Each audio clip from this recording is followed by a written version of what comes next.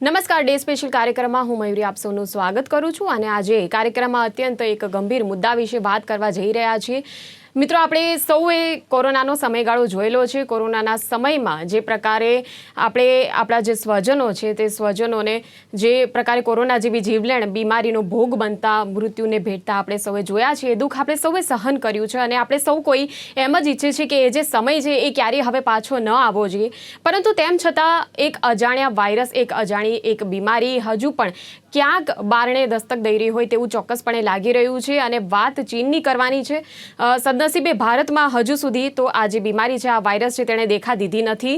પરંતુ કેમ કે કોરોના વખતે પણ આ જ થયું હતું. એ જે બીમારી છે તેણે જે ખતરનાક ભરડો છે તે ચીનને લીધો હતો અને ચીનથી આ કોરોના વાયરસની જે મહામારી છે તે વિશ્વના અન્ય દેશોમાં પ્રસરી હતી. એટલા માટે હવે તમામ પ્રકારની જે બાબતો છે તેનું ધ્યાનમાં રાખવાનું છે. તમામ પ્રકારની જે બીમારી છે તે ક્યાંય પણ આગળ ન વધે તેને ધ્યાનમાં રાખીને ચીનમાં જે પ્રકારે આ વાયરસે દેખા દીધી છે તેનાથી ભારતને કેટલે અંશે નુકસાન, આપણે શું સાવચેતી રાખવાની જરૂર છે, એ તમામ બાબતોની આજે ચર્ચા કરવાની છે. મહત્વની વાત આજે કાર્યક્રમમાં આપણે કરવાની છે ઇમરજન્સી જે જાહેર કરવામાં આવી છે ચીનમાં તેના વિશે. 2019માં વુહાનમાં જ્યારે કોરોના વાયરસ COVID-19 જ્યારે દેખા દીધી હતી ત્યારે જે પ્રકારે પગલાં લેવાના હતા તે પગલાં ચીનમાં લેવાયા નહીં અને વુહાનથી જે વાયરસ જે છે તે પ્રસરવાનો, ફેલાવાનો શરૂ થયો હતો, સંક્રમણ રોગચાળો, એ તમામ ચીનમાં ફેલાયો અને ચીનથી પછી અન્ય દેશો સુધી એ પહોંચ્યો. અને ફરી એકવાર ચીનના જે પ્રાંતમાં આ નવો વાયરસ ફેલાયો છે જેનું નામ છે હ્યુમન મેટાપ્યુમો વાયરસ, કે જેને HMPV કહેવામાં આવે છે. અને HMPV આ વાયરસ કેટલી હદે જીવલેણ, કેટલી હદે ખતરનાક, તેના લક્ષણો શું છે તેના વિશે સૌથી પહેલાં તો સાવ બેઝિક માહિતી મેળવવી છે અને ત્યારબાદ તેનાથી બચવાના જે ઉપાયો છે તેના વિશે આજે કાર્યક્રમમાં ચર્ચા કરીશું. સામાન્ય લક્ષણોમાં આમ તો એવું છે કે ઉધરસ અને તાવ, નાક બંધ થવું, તાવ આવવો જેવા પ્રકારના લક્ષણો, ક્યાંક ન્યુમોનિયા સાથે મેળ ખાતા લક્ષણો છે. ગળામાં બળતરા જેવું થઈ શકે છે. સૌથી વધુ અસર આમાં કોને થઈ શકે? તો અત્યંત મહત્વનો સવાલ એ છે કે સૌથી વધુ તેના રડારમાં કોણ આવી શકે, કયા એવા લોકો છે કે જેના પર તેની સૌથી ઘાતક અસરો થઈ શકે? તો એ છે નાના બાળકો. નાના બાળકો જે છે, ચીનની હોસ્પિટલમાં તો અત્યારે માહોલ એ છે કે દર્દીઓ, બાળકો જે છે, બાળ દર્દીઓથી ઉભરાઈ રહી છે હોસ્પિટલો અને ક્યાંય બાળકોને દાખલ કરાવવાની જગ્યા નથી થઈ રહી. અને આ જે સમય છે એ જે એક નજારો છે ક્યાંક આપણે આપણા દેશમાં ન જોવા મળે, આપણને એ સ્થિતિ આપણા દેશમાં પેદા ન થાય, ઊભી ન થાય, તે માટે તકેદારીના કેવા પગલાં લેવાવા જોઈએ તેના વિશે કાર્યક્રમમાં બધી વાતો કરીશું. વધુ સમય ન લેતા હવે મારી સાથે જે બે મહેમાનો જોડાયા છે એમનો હું આપને પરિચય આપી દઉં. મારી સાથે જોડાયા છે ડૉક્ટર અભિષેક પ્રજાપતિ, જે પોતે એક સિનિયર પલ્મોનોલોજિસ્ટ છે, ખાસ કરીને જે શ્વાસના રોગો, ફેફસાના રોગો તેના નિષ્ણાત છે. ડૉક્ટર અભિષેક, ખૂબ ખૂબ સ્વાગત આપનું કાર્યક્રમમાં. Thank you. મારી સાથે જોડાયા છે ડૉક્ટર સમીર ગુદાના, કે જે પોતે એલાયન્સ હેલ્થકેરના ડાયરેક્ટર છે. એલાયન્સ હેલ્થકેર એક એવી કંપની કે જે હેલ્થકેરના ક્ષેત્રમાં સેવાઓ પૂરી પાડે છે. ડૉક્ટર સમીર, આપનું પણ ખૂબ ખૂબ સ્વાગત છે. ડૉક્ટર અભિષેક, પહેલો સવાલ હું આપને પૂછવા માંગીશ અને સૌથી પહેલા તો એ જ પૂછવું છે કે આખરે શું છે આ વાયરસ અને હ્યુમન મેટાપ્યુમો વાયરસ, HMPV જેને નામ આપવામાં આવ્યું છે. 2 વર્ષથી ઓછી ઉંમરના બાળકો સૌથી વધુ અસરગ્રસ્ત અને એવો દાવો છે કે ચીને ઇમરજન્સી જાહેર કરી છે. આ દાવામાં તથ્ય કેટલું છે એ તો આપણને વધુ જ્યારે વિગતો બહાર આવશે આ રોગને લગતી, બીમારીને લગતી, કે ત્યાં શું સ્થિતિ છે તેને લગતી, એ સમાચારોમાં જ્યારે વિગતો બહાર આવશે ત્યારે આપણને ખબર પડશે. પરંતુ કેટલું ચિંતાજનક આ થઈ શકે, કેટલી જીવલેણ આ બીમારી આમ પ્રથમ તબક્કે આપને લાગી રહી છે? જરૂરથી મયુરીબેન, સૌથી પહેલા તો જો HMPV જે તમે પ્રાઇમરી માહિતી આપી પ્રમાણે શું છે વાયરસ એ સમજી લઈએ. HMPV એટલે હ્યુમન મેટાન્યુમો વાયરસ. એ નવો વાયરસ નથી. સૌથી પહેલા તો એ ઓરિજિનલી આપણે જે નોર્મલ શરદી થાય છે એ આપણા વાતાવરણમાં છેલ્લા 60 વર્ષથી છે એવું કહેવામાં આવે છે. અને 2001 કે 2002માં ડચ રિસર્ચરે એને પ્રોપર રીતે આઈડેન્ટિફાઈ કર્યો હતો અને એવું કહેવામાં આવ્યું કે આનાથી પણ આપણા એડલ્ટ અને હ્યુમન પોપ્યુલેશનની અંદર ઇન્ફેક્શન થઈ શકે. અને એ છે સિંગલ સ્ટેન્ડર્ડ RNA વાયરસ. એટલે RNA વાયરસ આપણો COVID-19 વાયરસમાં RNA વાયરસ હતો, એટલે એ જ ગ્રુપનો છે. એ નોર્મલી આપણે જે નોર્મલી શરદી થાય છે, જે આપણા હેલ્ધી ઇન્ડિવિજ્યુઅલ્સની અંદર જે વર્ષો સુધી દરેક શિયાળામાં જે આપણે નોર્મલ શરદી થાય છે એમાં પણ આ HMPV વાયરસનું ઇન્ફેક્શન હોઈ શકે છે. હવે આપણે કોઈ દિવસ એનું ટેસ્ટિંગ નથી કરાવતા કહેવાય કે, કારણ કે HMPV ઇન્ફેક્શન અથવા તો આપણું સાદું ઇન્ફેક્શન જેવા કે ઇન્ફ્લુએન્ઝા, એ જે આપણે નોર્મલ શરદી થાય અને એ 3-4 દિવસે આપણે પ્રોપર રેસ્ટ લઈએ, આપણે હાઇડ્રેશન તો નોર્મલ રહીએ, અથવા પેરાસિટામોલ લઈએ તાવ આવે તો અને હાઇડ્રેશન મેન્ટેન કરી તો 3-4 દિવસે એ મટી જાય. એટલા માટે એ વાયરસને આપણે એટલું બધું ઇમ્પોર્ટન્સ આપવામાં આવતું નથી આઈડેન્ટિફાઈ કરવાનું એને શું કરવાનું ટ્રીટમેન્ટ. એની કોઈ આ એક વાયરસ છે અને એની કોઈ એન્ટીવાયરસ સ્પેસિફિક દવા કોઈ છે નહીં. સપોર્ટિવ ટ્રીટમેન્ટ અને એક પ્રિકોશન લઈએ એનાથી જ કંટ્રોલમાં થઈ જાય છે. હવે એ નોર્મલ HMP વાયરસ છે. હવે આપણે અત્યારે ઇમ્પોર્ટન્ટ કેમ છે જાણવું, કારણ કે ચીનમાં જે તમે જે કીધું પ્રમાણે ન્યૂઝ આપણે એક આવી રહ્યા છે કે છેલ્લા 10-12 દિવસ એક મહિનાથી ચીનની અંદર અમુક વાયરસને કારણે ઘણા બધા લોકો, ખાસ કરીને એડોલેસન્ટ અને ચિલ્ડ્રન અને એલ્ડરલી પીપલ, એના કારણે હોસ્પિટલોમાં ન્યુમોનિયાને કારણે ઘણા બધા એડમિશન થઈ રહ્યા છે અને એના કારણે ચીને ઇમરજન્સી જાહેર કરી છે એવા ન્યૂઝ આવવામાં આવ્યા છે. અને જેટલા મેં ન્યૂઝ વાંચ્યા અને જે કંઈ રિપોર્ટ્સ વાંચ્યા એના પ્રમાણે જોઈએ તો અત્યારે પણ જે ઇન્ફેક્શન ચીનમાં આવ્યા છે એમાં આંકડા એ બતાવી રહ્યા છે કે જે 30% જેટલા ઇન્ફેક્શન ઇન્ફ્લુએન્ઝાના કારણે છે. 6.5% જેટલા ઇન્સિડન્સ જ મીન્સ HMP વાયરસને કારણે છે અને બીજા 15-20% જેટલા ઇન્ફેક્શન આ જે મહામારી ત્યાં ફેલાઈ છે એમાં મિક્સ ઇન્ફેક્શન છે, એટલે COVID-19 વાયરસ, પછી આપણો માઇક્રોપ્લાઝ્મા ન્યુમોનિયા વાયરસ અને આ ઇન્ફ્લુએન્ઝા એનું અને આપણું HMP વાયરસ એનું મિક્સ ઇન્ફેક્શન છે. અને એના કારણે એ અમુક ઘણા બધા દર્દીઓ હોસ્પિટલમાં એડમિટ થઈ રહ્યા છે. એમને ઘણા બધા દર્દીઓને ઓક્સિજનની રિક્વાયરમેન્ટ આવી રહી છે. હવે કોઈ ચીને આ ડિક્લેર કરી છે. જ્યારે વર્લ્ડ તરફ હવે જોઈએ આપણે અથવા ઇન્ડિયા માટે જોઈએ તો WHO શું કહી રહ્યું છે એના માટે એ આપણે જાણવું જરૂરી છે. તો હજી સુધી WHO કશી ઇમરજન્સી કે આનું કોઈ ન્યૂઝ ડિક્લેર કર્યું નથી. આપણે HMP, હા, પણ એટલું જરૂરી છે કે જ્યારે ચીનમાં આ રીતે વાયરસનું સંક્રમણ થયું છે અને જ્યારે HMP વાયરસને કારણે લોકો ત્યાં આગળ એડમિટ થઈ રહ્યા છે, મીન્સ કે એ વાયરસનું ક્યાંક ને ક્યાંક આપણે મ્યુટેશન થયું છે. જેવી રીતે COVID-19 વાયરસના અમુક સ્ટ્રેન એકદમ સિમ્પલ હતા, ત્યારે અમુક સ્ટ્રેન એકદમ ખતરનાક હતા. જેવી રીતે HMP વાયરસનું પણ કદાચ મ્યુટેશન થયું છે અથવા તો કોઈક કારણસર ત્યાં આવી પરિસ્થિતિ પેદા થઈ છે જેના કારણે ત્યાં મિક્સ ઇન્ફેક્શન થઈને પેશન્ટ દર્દીઓને આપણે ઓક્સિજનની રિક્વાયરમેન્ટ આવી રહી છે અને હોસ્પિટલમાં એડમિટ થવાની જરૂર પડી રહી છે.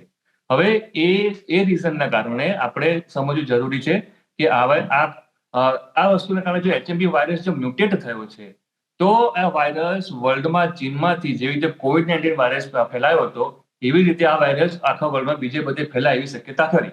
હા, તો એના માટે આપણે સાવચેત રહેતા રહેવું જરૂરી છે. જ્યાં સુધી કોઈ ન્યૂઝ ના આવે અને ઇન્ડિયામાં હજી સુધી તમે જે કીધું પ્રમાણે ઇન્ડિયામાં કોઈ ન્યૂઝ હજી સુધી કોઈ કેસીસ નોંધાયા નથી.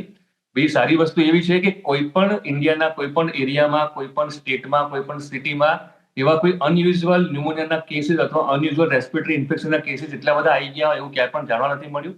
એટલે અને અમે પણ જે પેશન્ટો જોઈ રહ્યા છીએ એઝ એ પલ્મોલોજીસ્ટ અથવા ફિઝિશિયનો, તે પણ જે યુઝ્યુઅલ સિઝનલ ફ્લૂને કારણે જે અત્યારે વધતા હોય પેશન્ટ એટલા જ જોઈ રહ્યા છે. એટલે અત્યારે આપણે ઇન્ડિયા કન્ટ્રી એટલીસ્ટ જાણવું એટલું જરૂરી છે, સમજવું કે અત્યારે એ HMP વાયરસ ચાઇનામાં જે સ્પ્રેડ થઈ રહ્યો છે એ અત્યારે ઇન્ડિયામાં એનાથી કોઈ થ્રેટ નથી. હા, પણ સાવચેતી રાખતા રહેવી જરૂરી છે અને શું ત્યાંથી ડેવલપમેન્ટ થઈ રહ્યું છે અને WHO અથવા CDC કંટ્રોલ જે સંસ્થા છે વર્લ્ડ લેવલની, એનું સ્ટેટમેન્ટ શું આવી રહ્યું છે ચીન બાબતે, એ સૌથી પહેલું જાણવું જરૂરી રહેશે. બિલકુલ. ડોક્ટર સમીર, આપને એ પૂછવા માંગીશ કે COVID-19 નો જે સમયગાળો આપણે સૌએ જોયો છે, ખૂબ જ જોખમી, ખૂબ જ ખતરનાક એ સમય હતો અને એ પ્રકારનો યસ. સમય હતો કે જાણે આપણને આમ સાક્ષાત યમરાજના દર્શન થઈ ગયા હોય એ પ્રકારની સ્થિતિ આપણા સૌની હતી. હવે આ વાયરસ, જેમ કે ડોક્ટર અભિષેકે કહ્યું કે એટલી એ પ્રકારે નથી, કેમ કે ભારતમાં પણ હજુ સુધી પગ પેસારો થયો નથી. કદાચ હજુ ચર્ચા કરવી પણ વહેલી ગણાશે, પણ તેમ છતાં જ્યારે આવા કોઈ પણ વાયરસની જ્યારે વાતો સામે આવે છે, એક સામાન્ય માણસ તરીકે શું એને તકેદારી રાખવી? કેમ કે ઘણીવાર કેવું થતું હોય કે ભલે દરબરોજ રોજિંદા જીવનમાં દરેક લોકો કઈ એવી રીતે ચીનની મુલાકાત ન લેતા હોય કે ચીન જઈને આવે અને પછી વાયરસ લઈને આવે, સંક્રમણ લઈને આવે. પરંતુ ઘણીવાર એવું પણ થતું હોય છે કે આપણી જ આસપાસનું વાતાવરણ એવું હોય છે કે આપણે સુરક્ષિત નથી રહી શકતા. તો આપણે એવી ભૂલો કરીએ છીએ? જી, આપણા અત્યારે રૂટીન જે લાઈફ છે એ લાઈફની અંદર મેઇન વસ્તુ એક જ છે કે કોઈ પણ વાયરસનું સંક્રમણ કઈ રીતે થાય. યા તો કોઈ પણ વ્યક્તિને સ્પર્શ કરવાથી, અથવા તો અનહાઇજેનિક ફૂડ લેવાથી, અથવા બહારથી આવીને પ્રિકોશન્સ કે જે હેન્ડવોશ કરવા, અથવા તો ક્રાઉડમાં જવું. આ બધા મેઇન કારણો છે કે જેની અંદર કોઈ પણ વાયરસ, કોઈ પણ ઇન્ફેક્શન એકબીજાને સ્પ્રેડ થઈ શકે.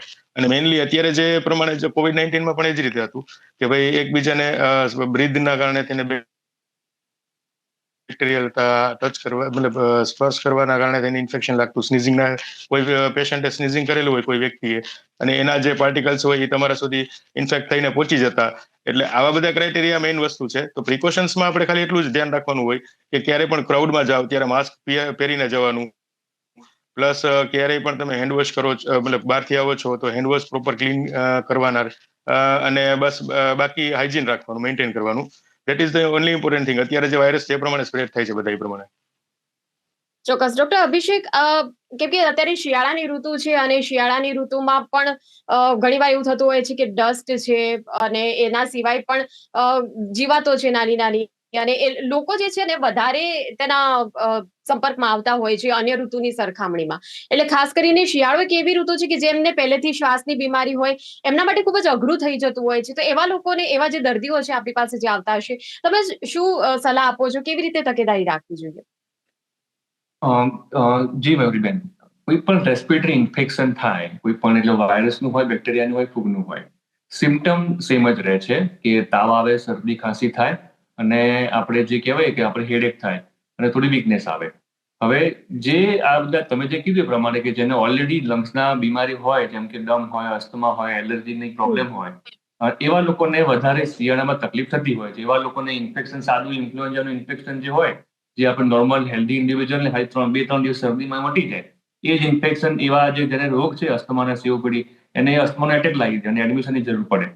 તો અમે દરેક એવા ઇન્ડિવિજ્યુઅલને ઓલવેઝ સલાહ આપતા જોઈએ છીએ જ્યારે આવી રીતે ઠંડીની ઋતુ આવે અથવા તો વલ્નરેબલ ઋતુ આવે, જ્યારે આવા સિમ્ટમ વધવા ચાન્સીસ છે, ત્યારે એમને અમે ફ્રિકવન્ટલી કહેતા હોય છે કે ત્યારે તમે ભીડમાં જાઓ ત્યારે એટલીસ્ટ માસ્ક પહેરવાનો યુઝ કરો. જે સમીરભાઈએ કીધું પ્રમાણે જ્યારે પણ તમે આવી રીતે બહાર જઈને આવો ત્યારે ફ્રિકવન્ટ હેન્ડ વોશિંગ. જે વખતે આપણે COVID-19 વખતે ગવર્મેન્ટે આપણે SMS નું સૂત્ર આપ્યું હતું, એ SMS નું સૂત્ર કોઈ પણ ઇન્ફેક્ટિવ ડિસીઝ માટે એ કાયમ રહેશે. એટલે એ તમે જે કીધું ક્વેશ્ચન માટે, અને કદાચ HMP વાયરસ અગર આવે છે એને બચવા માટે પણ SMS જ ઇમ્પોર્ટન્ટ રહેશે. SMS એટલે સેફ ડિસ્ટન્સ, M એટલે માસ્કિંગ અને S એટલે ફ્રીક્વન્ટ હેન્ડ વોશિંગ, સો સ્ટરલાઇઝેશન. એટલે SMS પાછું આપણે ઠંડી ઋતુમાં જ્યારે આવે ત્યારે બધા ડોક્ટરો આવા જે વલ્નરેબલ પોપ્યુલેશન જે હોય, વલ્નરેબલ તમે કીધું પ્રમાણે કે જે ઓલરેડી દમનો, અસ્થમાનો અને એલર્જીનો રોગ છે, જેની રોગ અથવા તો પ્રતિકારક શક્તિ એલ્ડરલી ખાસ ઇન્ડિવિજ્યુઅલ કરીને ખૂબ નબળી જેની છે રોગ એવા પ્રત્યે લોકો શક્તિ ઓછી હોય, એવા લોકોએ ખાસ એનું ધ્યાન રાખવાનું છે. HMP વાયરસની અગર વાત કરીએ તો અત્યારે કે એવો ઇન્ડિયામાં કોઈ થ્રેટ નથી, પણ જો એવા વાયરસીસના કેસીસ અને ઇન્ફેક્શનના કેસીસ ને ડિઝીઝ, એની મોર્ટાલિટી, જેને ડેથ થાય છે, જો ચીનમાં એવા પુખ્તા ન્યૂઝ આવે છે કે ખરેખર ડેથ વધી રહ્યા છે, તો ડેફિનેટલી એક કન્સર્નફુલ ન્યૂઝ હશે.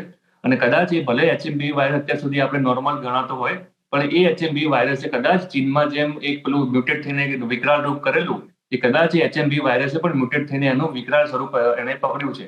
તો એ વાયરસ ચીનમાંથી વર્લ્ડમાં બીજે કશે જવાની શક્યતા પૂરેપૂરી છે. એવા સિનારીઓમાં ડેફિનેટલી ફરી પાછું આપણે એલર્ટ થઈ જવું ખાસ જરૂરી રહેશે. બિલકુલ. ડોક્ટર સમીર, આપને પૂછવા માંગીશ કે બાળકોને સૌથી વધારે અસર થઈ જતી હોય છે, કેમ કે બાળકોમાં હજુ પણ રોગ પ્રતિકારક શક્તિ એ ધીરે ધીરે ડેવલપ થઈ રહી છે, ધીરે ધીરે મજબૂત થઈ રહી છે. એટલે બાળકો માટે Yes. ખાસ શું માતા પિતાએ ધ્યાન રાખવાની જરૂરિયાત છે જ્યારે આ પ્રકારની સ્થિતિ જ્યારે સામે આવતી હોય, ત્યારે કેવા પ્રકારના પદાર્થો આપવા, જી. ખાવા પીવામાં શું એવું ધ્યાન રાખવું કે જેથી બાળકોની રોગ પ્રતિકારક શક્તિ મજબૂત બને? જી બિલકુલ. તમે ખૂબ જ સરસ ક્વેશ્ચન પૂછ્યો છે કે બાળકની ઇમ્યુન સિસ્ટમ ડેવલપ કરવા માટે થઈને સૌથી ઇમ્પોર્ટન્ટ વસ્તુ છે એમનું ફૂડ હેબિટ, કે જેની અંદર આપણે અત્યારના જે ક્રાઇટેરિયા છે એ પ્રમાણે મેગી, મસાલા, ચીઝ, પફ, આ બધું બહારનું જે અનહેલ્ધી ફૂડ જે છે, બાળકોની ક્રેવિંગ વધારે હોય. પ્લસ પેરેન્ટ્સની બી એવી ડિમાન્ડ હોય કે ભાઈ આ લોકો બહાર જઈને આ રીતે મતલબ જે ફૂડ છે એ લેવાનો આગ્રહ રાખતા હોય. તો એ વસ્તુ ખૂબ જ અગત્યની છે કે જેની અંદર મેઇન તો બાળકોને લીલા મતલબ કઠોળ જે પલાળેલા હોય, બાફેલા કઠોળ જે છે, પ્રોટીન, હાઈ પ્રોટીન ડાયટ જેને કહેવાય, એ પ્રકારનું ફૂડ, પ્લસ ઘરનું મેઇન વસ્તુ છે, ઘરનું જે કુકિંગ જે છે, બનાવેલું ફૂડ છે, એ ફૂડ ઉપર આગ્રહ રાખવો વધારે હિતાવહ છે, જેના કારણે બાળકોની રોગ પ્રતિકારક શક્તિમાં ખૂબ જ અગત્યનો ભાગ ભજવે છે. અને સાથે તમે બહારથી ક્યાંયથી પણ આવો છો, તમે ઓફિસ કે વર્ક પ્લેસ પરથી આવો છો, ત્યારે તમારા ક્લોથ્સ છે એ ચેન્જ કરવા, કે ચેન્જ કરી હેન્ડવોશ કરીને પછી જ બાળકની સાથે કોમ્યુનિકેશનમાં આવવું તમારે. એ જ રીતે ઘરના જે વડીલો છે એની સાથે પણ કોમ્યુનિકેશનમાં એ જ રીતે રાખવું કે અત્યારે જે પ્રમાણે વાયરસનો જે કોઈ પણ મતલબ જે પ્રમાણે કન્ડિશન છે, સિચ્યુએશન છે, એ પ્રમાણે તમે પ્રિકોશન્સ એ રીતે રાખો તો મને નથી લાગતું કે આપણે ઓલમોસ્ટ 95% કેસીસની અંદર આપણે આપણા પરિવારજનોને, બાળકોને અને વડીલોને આપણે આની સાથે અફેક્ટ કરી શકીએ. ઉલટાને આપણે એમને પ્રોટેક્ટ કરી શકીએ આપણે આપણા પ્રિકોશન્સ રાખવાથી. બિલકુલ ડોક્ટર અભિષેક, જે રીતે મેં સવાલ આ ડોક્ટર સમીરને પૂછ્યો કે બાળકોની રોગ પ્રતિકારક શક્તિ, એટલે મારો કહેવાનો જે હેતુ હતો એ પ્રકારનો હતો કે જ્યારે નાની ઉંમરથી જ આપણે એવું કામ કરીએ કે રોગ પ્રતિકારક શક્તિ આપણા શરીરની અંદર મજબૂત થાય, અને પછી જ્યારે યુવાન વય અને ખાસ કરીને 30 થી 40 વર્ષનો જે એજ છે એ એજમાં આપણે પછી આમ કહેવાય ને જાગ્યા ત્યારથી સવારવાળી કરીએ, બંનેની આપણે સરખામણી કરીએ તો પહેલેથી જો શક્તિ મજબૂત હોય એ વધારે સારું, કે પછી આપણે ડાયટ તરફ કોન્શિયસ થઈએ, થોડો જાગૃત થઈએ એ વધારે સારું? બંનેમાં જ્યારે આ પ્રકારની સ્થિતિ, આપણે વાયરસ ને બધું સંક્રમણથી બચવા માટે કઈ આદર્શ સ્થિતિ છે આપના મતે? જરૂરથી જો મયુરીબેન, સૌથી પહેલા તો એવું સમજવું ખોટું છે કે બાળકોની ઇમ્યુનિટી ઓછી હોય છે. એવું નથી હોતું. બાળકોની ઇમ્યુનિટી નેચરલી ભગવાને આપેલી જ હોય છે કે બાળકનો જે રીતે વિકાસ થતો હોય, જેમ કે એમનું મેઇન તો જો એ નોર્મલી એના એજ પ્રમાણે, એનું વેઇટ પ્રમાણે જો ગેઇન થયા કરતું હોય, તો સૌથી પહેલા બાળક જન્મે ત્યારથી આપણે માતાનું દૂધ આપવાનું હોય. એ એડિક્વેટલી અગર લેતું હોય બાળક, તો એનું પ્રમાણે એનું જો વેઇટ ગેઇન થયા કરતું હોય એના જે ગ્રોથના ચાર્ટ પ્રમાણે, તો ડેફિનેટલી એની ઇમ્યુનિટી ઇમ્પ્રુવ થઈ જ રહી છે. અને જે રીતે જે નોર્મલ આપણે એડલ્ટ માટે જે ધ્યાન રાખીએ છીએ, એવી જ રીતે આપણે બાળકો માટે પણ એ પૂરતી ઊંઘ લે, એ બરાબર એનું ફ્રેશ આપણી એરમાં જાય, રમતું રહે બાળક, એ હસતું રહે, એને આપણે પ્રોપર ન્યુટ્રિશનલ ફૂડ આપતા રહીએ, એને જે જરૂરી પડતું દૂધ આપતા રહીએ, જે કંઈ હોય આપતા રહીએ, તો ડેફિનેટલી નેચરલી આપણને ભગવાને એ રીતનું આપણને ડેવલપમેન્ટ આપેલું જ છે કે એ ઇમ્યુનિટી એની નોર્મલ જે થવી જોઈએ એ રીતની પેદા થતી જ હોય છે. જે રીતે તમે જો કોવિડ ટાઈમમાં જોયું હોય, જો ઓબ્ઝર્વ કર્યું હોય, તો કોવિડ ટાઈમમાં કે એટલા બાળકો, ઇન્ફન્ટ અને એવા જે 15-16 વર્ષના અથવા તો ઓલ્ડ યંગ એજના જે બાળકો હતા, એને COVID-19 વાયરસનું ઇન્ફેક્શન થતું હતું, પણ એટલો જે એડલ્ટની અંદર જે રીતે ન્યુમોનિયા સિવિયર બાયોલેટર થતો હતો, એટલો બાળકોમાં થતો ન હતો. એટલે એક જાતનું કહી શકાય કે બાળકોને ભગવાને કુદરતી રીતે જ પહેલેથી આવા સિવિયર ડિસીઝ માટેનું પ્રિવેન્શન આપેલું છે, જેના કારણે થોડીક રાહત હતી આપણને COVID-19 વખતે. જો એવા નાના બાળકોને પણ જો વેન્ટિલેટર રિક્વાયરમેન્ટ એટલી બધી થઈ ગઈ હોય, તો જે આપણે ભલે એડલ્ટમાં થયું હતું એટલું બધું આપણને નુકસાન, પણ એટલું સામે એટલું બાળકોમાં એટલું થયું ન હતું. એટલે એ વસ્તુ એકદમ સંપૂર્ણ સાચી નથી કે બાળકોની ઇમ્યુનિટી ઓલવેઝ આપણે ઓછી જ હોય છે. હા, HMP વાયરસની અગર વાત કરીએ, તો વાયરસની અમુક વાયરસ અમુક ટેન્ડન્સી હોય કે જે અમુક એજ ગ્રુપને વધારે ઇફેક્ટ કરે. તો એવું જણાવવામાં અત્યાર સુધી ન્યૂઝમાં આવી રહ્યું છે કે HMP વાયરસ જે છે એ તમે જે કીધું પ્રમાણે લેસ ધેન 2 years અથવા તો લેસ ધેન 14 years એજમાં વધારે ઇફેક્ટ કરે છે. પણ એમાંય પાછું એવું કહેવામાં આવે છે કે ભલે ઇફેક્ટ વધારે કરે છે, પણ એમાંય એ વાયરસને કારણે ઇન્ફેક્શન થાય છે, પછી બાળકો કઈ વેન્ટિલેટર રિક્વાયરમેન્ટ આવી જાય એ હદ સુધી એની બીમારી પહોંચતી નથી. તો જરૂરથી એટલે ધ્યાન રાખવામાં બાળક માટે પણ સેમ જ રહેશે પ્રિકોશન માટે. એને પણ બાળક જયારે આપણે ઠંડીમાં લઈ જવાના હોય ત્યારે એટલીસ્ટ માસ્ક પહેરીને બહાર નીકળે, એટલીસ્ટ બધા આપણે કાનના આપણે બરાબર ઢાંકીને બહાર નીકળે ઠંડીમાં. પૂરતી જયારે આપણે એવું બહુ જ ભીડભાડ વાળી બિલકુલ ડોક્ટર અભિષેક, આપણે માસ્કની વાત નીકળી છે ને, એટલે એક સવાલ મારે આપને પૂછવો છે માસ્ક માટે. ખાસ કરીને આપણે ત્યાં કોવિડના સમયમાં છે ને કાપડના માસ્કનું અને એક તરફ આ N95 ને એ બધાનું ચલણ હતું. હવે ઘણીવાર લોકો છે ને, કેમ કે N95 થી થોડું ગુગળામણ, થોડું મૂંઝારો એવું અનુભવ થતો હતો, એટલા માટે કાપડના માસ્ક તરફ લોકો વળ્યા. હવે કાપડના માસ્ક એ કેટલે અંશે એ વધારે કારગર છે N95 ની સરખામણીમાં? જરૂરથી. હા, એટલે હવે મયુરીબેન, અત્યાર સુધી HMP વાયરસની વાત કરીએ તો હવે એક્ઝેક્ટ હવે જે આ જે મ્યુટેટ થયેલો વાયરસ છે એની સાઇઝ કેટલી છે એ બધા ડેટા આવ્યા નથી. પણ જો હા, COVID-19 વાયરસ હતો કે ઇન્ફ્લુએન્ઝા વાયરસ હોય, એમાં આપણે સાદા કાપડનું એક જ લેયરનું જે હોય માસ્ક, એનાથી આપણને કોઈ પ્રોટેક્શન ના મળે. એ ખાલી આપણને કંઈક થોડું ઠંડી હવા રોકવામાં ખાલી હેલ્પ કરે. એટલે જે જરૂરી માસ્ક હતો એ વખતે પણ અને હજી પણ કન્ટિન્યુ કાયમ જ રહેશે એ હતો એટલીસ્ટ સર્જિકલ માસ્ક આવે. જે N95 જે માસ્ક છે એ આપણા અમે જે ડોક્ટર્સ હોય અથવા હેલ્થકેર વર્કર્સ હોય, જે આવા સંક્રમિત પેશન્ટને ટ્રીટ કરતા હોય, અથવા તો કોઈ એવા બિઝનેસમાં હોય કે જ્યારે આવા ઇન્ફેક્શનના મટીરિયલને આપણે બહુ જ ક્લોઝલી કમ્યુનિકેટ કરવાનું હોય, ત્યારે N95 ઇઝ મસ્ટ. પણ અધરવાઇઝ હેલ્ધી આપણે જે નોર્મલ પોપ્યુલેશનમાં, કમ્યુનિટીમાં એક 3 લેયરનો સાદો માસ્ક અથવા તો સર્જિકલ માસ્ક એક આવે છે, જે આપણો સાદો માસ્ક અને N95 ની વચ્ચેનો કહેવાય. એ સર્જિકલ માસ્ક ઇઝ એડિકેટ. જે આપણે કોઈ પણ કાપડાથી ના હોય, કોઈ મેડિકલ સ્ટોરમાંથી એ સિમ્પલ બહુ જ ઓછા સસ્તા રેટે એ મળી જતો હોય છે. તો ડેફિનેટલી કે જે માસ્કની જે બનાવટ જોઈએ તો એની અંદર જે લેયર હોય એ જે પ્રોટેક્શન કરે એ વાયરસની સાઇઝને કેટલી સાઇઝની અંદર જવા દે એના પર હોય માસ્કનું નિર્માણ. તો જે સર્જિકલ માસ્કના હોય જે એની જે એનું જે મટીરિયલ અથવા એનું મેન્યુફેક્ચરિંગ એવી રીતે કરેલું હોય છે કે જેમાં નાનો વાયરસ પણ અંદર એન્ટર ના થઈ શકે. હા, એટલે સિમ્પલ માસ્ક, આપણે જે સાદો કપડાનો માસ્ક હોય એ આવા બધા વાયરસથી કોઈ પ્રોટેક્શન ના આપે. તો તમારે સાદું કપડામાં કહ્યું છું એટલીસ્ટ 3 કે 4 લેયર વાળો માસ્ક પહેરો તો તમે એ કદાચ પ્રોટેક્શન થઈ શકે. આઈડિયલ સર્જિકલ માસ્ક જે મળે છે સિમ્પલ એ માસ્ક પહેરો વધારે હિત આવે છે વાયરસ કે કોઈ બેક્ટેરિયા પ્રોટેક્શન.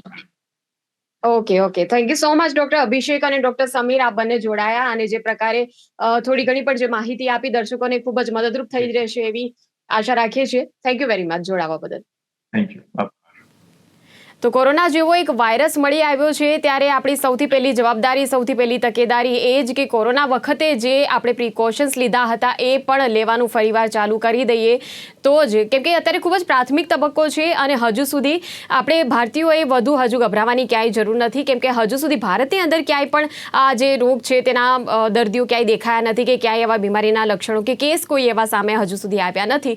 પણ તેમ છતાં કેમ કે શિયાળો છે, કેમ કે ઋતુ એવી છે અને ભલે આ HMPV વાયરસ ભલે ન હોય પરંતુ કોઈ પણ પ્રકારના સામાન્ય ફ્લૂ કે ન્યુમોનિયા હોય તો પણ આપણે ચોક્કસપણે તકેદારીના પગલાં લેવાની જરૂર છે. અને જે પ્રકારે બંને ડૉક્ટરોએ આપણને સૂચવ્યું છે કે પોતાની શરીરની કાળજી રાખવી, ચોખ્ખાઈ રાખવી, પોતાની આસપાસના વાતાવરણમાં માસ્ક સતત પહેરવું અને તમામ બાબતો કે જેનું આપણે કોરોનાના સમયમાં જેવી રીતે ગાઈડલાઇન્સનું પાલન કરતા હતા એ જ પાલન કરવાનું આપણે જો હજુ પણ ચાલુ રાખીશું તો પછી દરેક પ્રકારના વાયરસના સંક્રમણથી આપણે બચી શકીશું. દર્શક મિત્રો, ડે સ્પેશિયલમાં આ હતી આજની ચર્ચા. આવતીકાલે ફરી મળીશું. ત્યાં સુધી આપ જોતા રહો ગુજરાત ન્યૂઝ સત્યની સાથે. નમસ્કાર.